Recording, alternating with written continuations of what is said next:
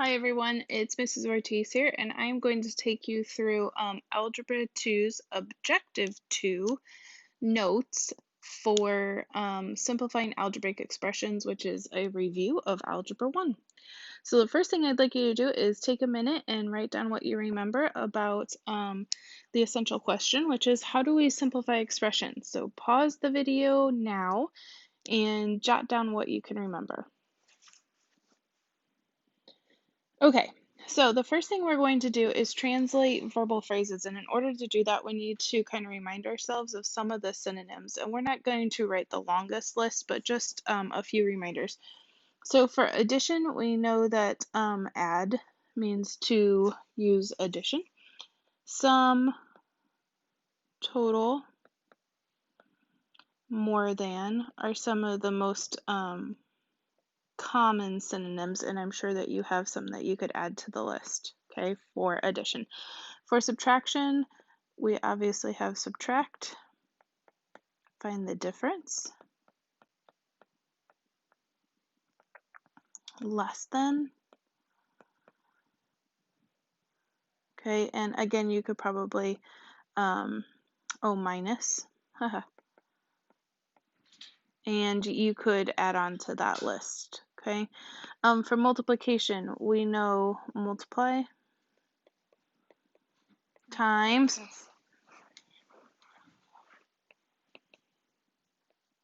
product of, and then there are specific ones like double, triple, half, etc. For division, we've got divide, quotient, and per are probably some of the most popular ones for division. Okay, so now we're going to use that vocabulary and we're going to actually translate verbal phrases into expressions. So for number 1, it says 4 less than the quantity 6 times a number n. So 6 times the number n is 6n. And if it's got to be 4 less than that, then we're taking away 4 from the 6n. So 6n minus 4. For number 2, the difference of 22 and the square, it's supposed to be a square, of a number m. So the difference of 22 and a number that's squared, which is m, so m squared, 22 minus m squared. In number 3, it asks us to write an algebraic expression below and then write it as 2 different verbal phrases that translate to your expression. So let's make it a little bit interesting. Maybe we'll do like 3 times the quantity x minus 7 minus 4. Okay, so we are going to translate this, we're going to write it as verbal phrases that can be translated. So for the first one, I'm just going to keep it very straightforward, and I'm going to say 3 times the quantity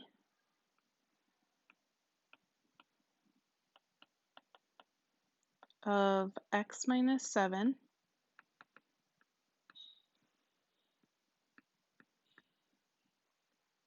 minus 4.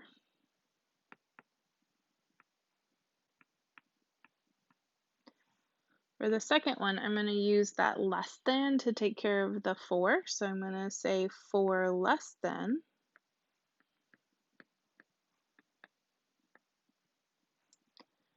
And then I'm going to say 3 times again.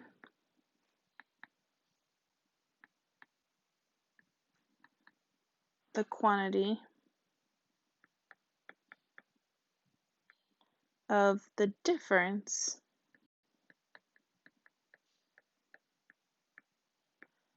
of x and 7. All right, so there are so many different ways that you can do that, but there's just an example. Maybe try writing your own, okay? All right, number 4, identify the like terms. So remember, like terms are, the variables are exactly the same, the powers are the same. And then it says, so identify the like terms by putting a like symbol around the terms. So we've got this list, 2x, 5y, 7, 3x, 9, and 2xy. So each term has to have the same variables and raised to the same power. So 2x is a like term to 3x. And so we'll put red circles around those. And 7 is a constant, and so is 9. So those are like terms because they don't have variables. So we'll put green wonky triangles around those. And then that leaves us with 5y, which does not have a buddy, and 2xy, which also does not have a buddy. Okay, so each one of those are unlike terms. All right. So number 5 through 7, it asks us to simplify each algebraic expression, and we're going to do that by combining like terms. So really the two keys at this point for simplifying algebraic expressions are combining like terms and the distributive property. And number 5, we've got 9xy, so we're looking for other xy's. And if you look through the equation, we've got 9xy's and negative 4xy's at the end. Okay, so we can combine those. We can say 9xy's minus 4xy's is how many xy's? And there's 5xy's. And then we've got negative 2x, which doesn't combine. But we have this 3x squared and negative 7x squared. So we have 3x squareds minus 7x squareds. How many x squareds is that? And it's negative 4x squared. And then, like I said, we have this lonely negative 2x. And so that is our simplified expression. So we say 5xy, and really if we put this in standard form, we would put the highest power first. So we could say negative 4x squared plus 5xy, even though those really have the same power, minus 2x. And there is our simplified expression. Let's take a look at number 6. So in number 6, first we need to worry about getting rid of the parentheses. So we're going to distribute a 2. Make sure you distribute to everything. We get negative 2x minus 14. We've got 14x minus 2x minus 14. We combine 14x's minus 2x's. So if we have 14x's, we take away 2. We're left with 12x's minus 14. And there we have it. In number 7, be very careful with this. Remember that this is x plus 3 quantity squared, so that means x plus 3 times x plus 3. Now, depending on how you've learned it, you could, it's called foiling. If you've learned it as foiling, oh, I don't really like that. Or double distributing. So we can do x times x, which is x squared, x times 3, which is 3x. 3 times x is another 3x, and 3 times 3 is 9. So we get x squared plus 6x plus 9. Now you may have been taught to write this out as double distribution. So if it's x plus 3 times x plus 3, you're going to take this x and distribute it to this x plus 3. So it looks like this. And then to double distribute, you need to distribute the other term. So we've got a positive 3. And again, we're distributing to this x plus 3. And so it looks like that. And you get the exact same result as you did down here. Okay, this can be very helpful for factoring later on. Okay, let's take a look at number 8. So again, oh boy. Okay, I'm starting to feel old, you guys, with all the technology. Okay, so we're going to, whether you want to draw in the double distribution as like arcs, n times n is n squared, n times 5 is 5n. And then we need to distribute the negative 2 to n, and negative 2 to 5, and that's negative 10. So whether you want to do that or show the double distribution is fine. You can even do an area model if you feel, if you know what I am talking about. Otherwise, we'll save that for factoring. So that simplifies to n squared plus 3n minus 10. And number 9, we're going to distribute first to get rid of the parentheses. So we've got negative 3 times 7 is negative 21. Negative 3 times r is a positive 3r. Keep our 2r in front. Distribute a 6 to 2rq's. That becomes 12rq's. And 6 times negative 5 is negative 30r. And then we're going to look to combine like terms. So we'll start with the rq's. It looks like they are alone. There are just the 12 of them. For our r's, we've got 2r's here and 3r's here. That's 5r's. Minus 30r's is negative 25r's. And then lastly, we have this negative 21 that remains as a constant. And there's our expression for number 9. 12rq minus 25r minus 21. Okay, in number 10, we need to simplify. Remember that these all look very similar, but we might get some different outcomes. So let's think about what each one of these mean. So the first one is negative 5p quantity squared. So remember that means negative 5p times negative 5p. Negative 5 times negative 5 is 25. P times p is p squared.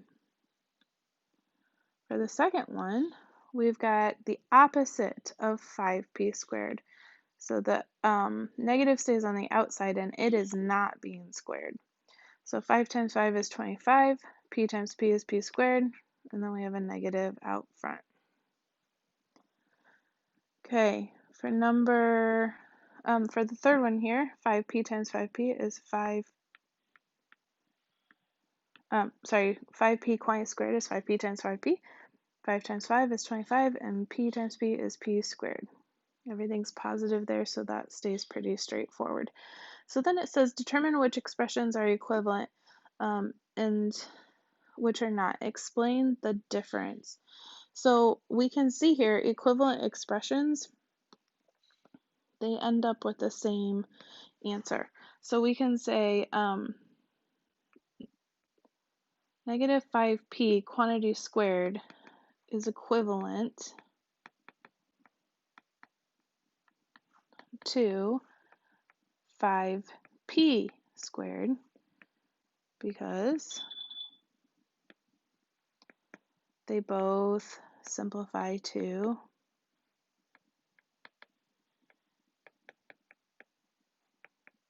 25p squared. The opposite of 5p squared is negative because the negative sign outside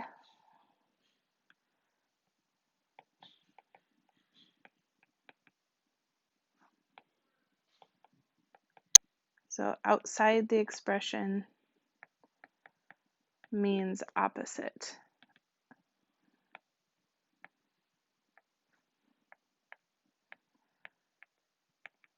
Okay, so it's all about that negative being on the outside, which means the opposite of the whole expression, whereas this one is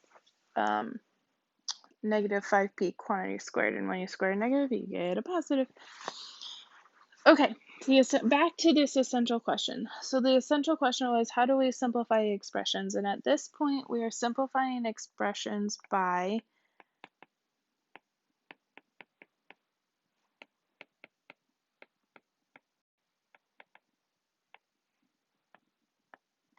combining like terms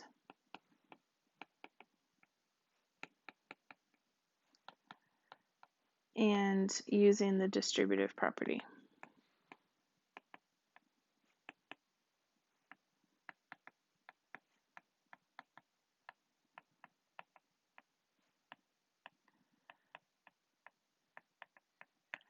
Okay, and if you are completing this lesson by notes, the reflection question I would like you to ask yourself is, what part of this video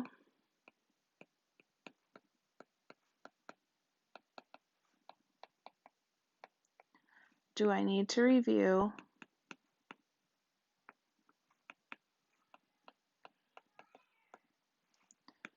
because it went too quick?